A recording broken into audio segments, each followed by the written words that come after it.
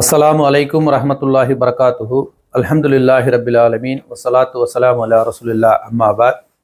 கண்ணியத்திற்குரிய சகோதர சகோதரிகளே, ஷைத்தானுடைய ஆற்றல் என்ற தலைப்பின் கீழ் தொடராக நாம் சில விஷயங்களை அறிந்து வருகின்றோம்.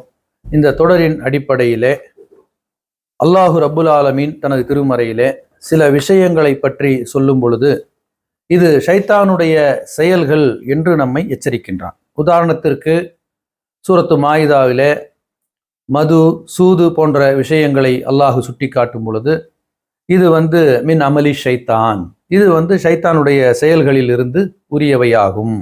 ஃபஜ்தனிபூஹு லஅல்லக்கும் துஃப்லிஹூன், நீங்கள் இதிலிருந்து விலகி கொள்ளுங்கள் வெற்றி பெறும் பொருட்டு என்று அல்லாஹு ரப்புல் ஆலமீன் தனது திருமறையில ஷைத்தானுடைய செயல்கள் என்று சுட்டி காட்டும் பொழுது பல விஷயங்கள் இருந்தாலும் இந்த இடத்தில் மது, சூது என்பது ஷைத்தானுடைய செயல்கள் என்று சுட்டி காட்டுகின்றான்.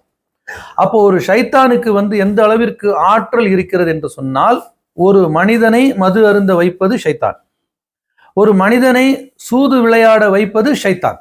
அப்போ அப்படிப்பட்ட செயல்களில் ஈடுபடாமல் நாம் இருக்க வேண்டும் என்று சொன்னால் நாம் அல்லாஹ்விடத்திலே பாதுகாவல் தேட வேண்டும். அல்லாஹுவை தவிர நம்மை பாதுகாப்பவன் யாரும் இல்லை. ஆனால் இன்று நம்மில் பலர் ஷைத்தானை தவறாக விளங்கி வைத்திருக்கிறார்கள். நமக்கு ஷைத்தான் பிடித்து விட்டால் நாம என்ன செய்வோம், புத்தி பேதலித்தவர்களை போல் ஆகிவிடுவோம்.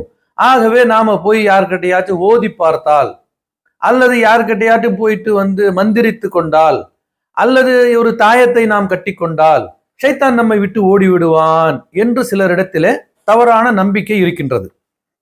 அப்போ என்ன நினைக்கிறோம்னு கேட்டா, நாம ஒரு தாயத்தை போட்டா ஷைத்தான் நம்மளை விட்டு ஓடிடுவான் அப்படின்னு நினைக்கிறோம். ஆனா இந்த தாயத்தை ஷைத்தானுடைய செயல் என்பதைத்தான் நபி ஸல்லல்லாஹு அலைஹி வஸல்லம் சுட்டி காட்டுகின்றார்கள். மன் அல்லக தமீமத்தன் ஃபகத் அஷ்ரக, யார் ஒருவன் ஏதேனும் ஒன்றை கட்டி கொள்கிறான், தொங்க விட்டுகிறானோ அவன் அல்லாஹ்விற்கு இணை வைத்து விட்டான். இணை வைத்தல் என்பது சாதாரண பாவம் அல்ல. அல்லாஹு ரப்புல் ஆலமீன் தனது திருமறையிலே சொல்லி காட்டுகின்றான், யார் அல்லாஹ்விற்கு இணை வைக்கின்றாரோ அவருடைய அந்த பாவத்தை அல்லாஹ் மன்னிக்கவே மாட்டான். இன்னல்லாஹ லா யக்ஃபிரு ஐ யுஷ்ரக பிஹி வ யக்ஃபிரு மா தூன தாலிக லிமன் யஷா, அது அல்லாஹ் ஏனைய பாவங்களை அல்லாஹ் நாடியவருக்கு மன்னித்து விடுவான். ஆனால் இணை வைக்கக்கூடிய பாவத்தை அல்லாஹ் மன்னிக்க மாட்டான். அப்போ அல்லாஹ்விற்கு சமமாக உயிரோடு இருப்பவர்களை, மரணித்தவர்களை நினைப்பது, அவர்களிடம் கேட்பது, இது எல்லாமே இணை வைத்தல் என்றாலும் தாயத்து போட்டுக் கொள்வதும் இணை வைத்தலா என்று நம்ம ஆச்சரியப்படுவோம். ஆம்னு சொல்றாங்க நபி ஸல்லல்லாஹு அலைஹி வஸல்லம். ஏன் என்று கேட்டால், உங்களுக்கு ஒரு நோய் வருகிறது என்று சொன்னால் அந்த நோய்க்கு ஒரு காலக்கெடுவை அல்லாஹ் வைத்திருப்பான். அதற்குரிய நேரத்தில் அது போகும். இந்த தாயத்தினால் தான் அது சரியாச்சு என்று நான் நம்பினால் நான் அந்த ஆற்றல் தாயத்துக்கு இருப்பதாக நம்புகிறேன் என்று இது ஒரு இணை வைத்தலாக நபி ஸல்லல்லாஹு அலைஹி வஸல்லம் நமக்கு எச்சரித்திருக்கிறார்கள். ஆகவே நாம் முஸ்லிம்களிடத்திலே போய் ஓதிக்கொள்வது, தாயத்தை கட்டி கொள்வது, கேட்டால் தாயத்துக்குள்ளார ஆயத்துல் குர்சி இருக்கிறது என்று சொல்லுவது. ஆயத்துல் குர்சி நபி ஸல்லல்லாஹு அலைஹி வஸல்லம் என்ன சொன்னாங்க, ஒவ்வொரு கடமையான தொழுகைக்கு பிறகும் யார் ஆயத்துல் குர்சியை ஓதுகிறாரோ அவர் சொர்க்கம் செல்லுவதற்கு தடையாக இருப்பது அவர் மரணம் தான்ங்கிறாங்க. தூங்கும்போது யார் ஒரு ஆயத்துல் குர்சியை ஓதுகிறாரோ அவருக்கு அந்த தூக்கத்துல ஷைத்தானிடமிருந்து பாதுகாப்பு உண்டுன்னு சொல்றாங்களே தவிர அதை கட்டி தாயத்தாக போட்டுக் கொள்ளும்படி நபி ஸல்லல்லாஹு அலைஹி வஸல்லம் எங்கேயுமே சொல்லல. ஆக இது ஒரு ஷைத்தானுடைய செயல். அப்ப தாயத்து போட்டுக் கொள்ளக்கூடியவர்கள் என்ன செய்யக்கூடாது, அதுல நம்பிக்கை உங்களுக்கு இருந்துச்சுன்னு சொன்னா அது ஷைத்தானிடமிருந்து உங்களை பாதுகாக்கும் என்று சொன்னால், தாயத்து போட்டவர் மது அருந்தக்கூடாது, தாயத்து போட்டவர் சூதாடக்கூடாது, தாயத்து போட்டவர் ஒழுங்கா 5 வேளைக்கு தொழுகைக்கு போகணும். ஷைத்தான் போயிட்டான்னு சொன்னா இது ஒருத்தர் ஃபஜருக்கு பாங்கு சொல்றாங்க, அப்ப ஷைத்தான் ஒருத்தர் தூங்குறாரு, ஃபஜருக்கு பாங்கு சொல்றாங்க, தொழுகைக்கு வராம ஒருத்தர் தூங்குறாரு. அப்ப நபி ஸல்லல்லாஹு அலைஹி வஸல்லம் சொல்றாங்க, அவருடைய காதிலே ஷைத்தான் சிறுநீர் கழித்து விட்டான், அல்லது ஷைத்தான் இன்னும் நேரம் இருக்கிறது நீ தூங்கு என்று தூங்க வைத்து விட்டான்னு சொன்னா அந்த ஆள் முழுசும் ஷைத்தானுடைய கண்ட்ரோல்ல இருக்கிறார், ஆனா தாயத்தை கட்டி இருக்கிறார். அப்ப இதுல இருந்தே நமக்கு தெரியுது, இந்த தாயத்தை கண்டு ஷைத்தான் பயப்படவில்லை. இந்த தாயத்தை கட்டுவதனால் மது அருந்துவதிலிருந்து அவர் தன்னை காத்துக் கொள்வதில்லை, சூதில் இருந்து அவர் தன்னை காத்துக் கொள்வதில்லை, ஐவேளை தொழுகைக்கு முறையாக அவர் செல்லுவதில்லை என்பதிலிருந்தே இது ஒரு பொய்யான நம்பிக்கை என்பதை நாம விளங்க முடியும்.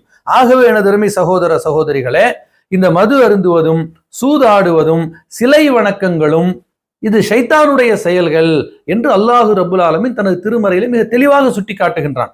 அப்ப இந்த செயலை செய்யாமல் இருப்பதற்கு ஷைத்தானிடமிருந்து நாம் பாதுகாவல் தேட வேண்டும் என்று சொன்னால் முறையாக அல்லாஹும் அல்லாஹ்வுடைய தூதரும் கற்றுக் கொடுத்த அடிப்படையில் தான் நாம் பாதுகாவல் தேட வேண்டுமே தவிர, நீங்கள் ஒரு இடத்தில் போய் அவர் மந்திரித்தால் நம்மிடம் ஷைத்தான் ஓடி விடுவான், அல்லது ஒரு தாயத்தை வாங்கி கட்டி கொண்டால் ஷைத்தான் போய் விடுவான், அல்லது பிற மதத்தவர்களிடத்திலே போய் ஒரு விபூதியை வாங்கி அதை கொண்டு வந்து நம்முடைய வீட்டில் வைத்து விட்டால், ஒரு எலுமிச்சம்பழத்தை கட்டி தொங்க விட்டால், அல்லது என்னது அந்த மிளகாயை கட்டி தொங்க விட்டால் ஷைத்தான் ஓடி விடுவான் என்று நினைத்தால் இதற்கும் இஸ்லாத்திற்கும் எந்த ஒரு சம்பந்தமும் இல்லை.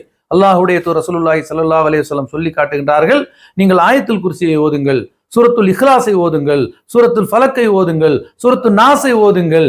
இதுதான் உங்களை என்ன செய்யும்? ஷைத்தானிடமிருந்து பாதுகாக்கும். குர்ஆனை ஓத துவங்கினாலும் நீங்கள் அவுது பில்லாஹி மினஷ் ஷைத்தானிர் ரஜீம் சொல்லுங்கள். இதுதான் ஷைத்தானை உங்களிடமிருந்து விரட்டும். விரட்டும் என்று சொன்னால் அதற்கு பிறகு ஷைத்தானே வரமாட்டான் என்று சொல்லவில்லை, மீண்டும் வருவான் என்று அல்லாஹ்வுடைய நபி ஸல்லல்லாஹு அலைஹி வஸல்லம் சொல்றாங்க. பாங்கு சொல்லும் பொழுது ஷைத்தான் ஓடுகிறான், பாங்கு சொல்லி முடித்தவுடன் மீண்டும் வந்து விடுகிறான் என்று நபி ஸல்லல்லாஹு அலைஹி வஸல்லம் சொல்லி காட்டுகின்றார்கள். ஆகவே ஷைத்தானை விரட்டுதல் என்பது அல்லாஹ்வும் அல்லாஹ்வுடைய தூதரும் காட்டிய அடிப்படையில் இருக்க வேண்டுமே தவிர தவறான சிந்தனையினால் நாம் வேறு விஷயங்களின் பால் நாம் ஷைத்தானை விரட்டுவதாக நினைத்தால் மாறாக ஷைத்தானுடைய வலையில் நாம் சிக்கிக் கொண்டு விட்டோம் என்பதை நபி ஸல்லல்லாஹு அலைஹி வஸல்லம் அழகாக எச்சரிக்கின்றார்கள். ஆகவே எனது அருமை சகோதர சகோதரிகளே, ஷைத்தானுடைய ஆற்றலை விளங்கி அதன் அடிப்படையில் நம்முடைய வாழ்வை அமைத்துக் கொண்டு இம்மையிலும் மறுமையிலும் வெற்றி பெறக்கூடிய பாக்கியத்தை எல்லாம் வல்ல அல்லாஹ் நம்மில் ஒவ்வொருக்கும் தந்தருள்வானாக. வாஹிரு தாவானா அல்ஹம்துலில்லாஹி ரப்பில் ஆலமீன். வஸ்ஸலாமு அலைக்கும் வரஹ்மத்துல்லாஹி வபரகாத்துஹு.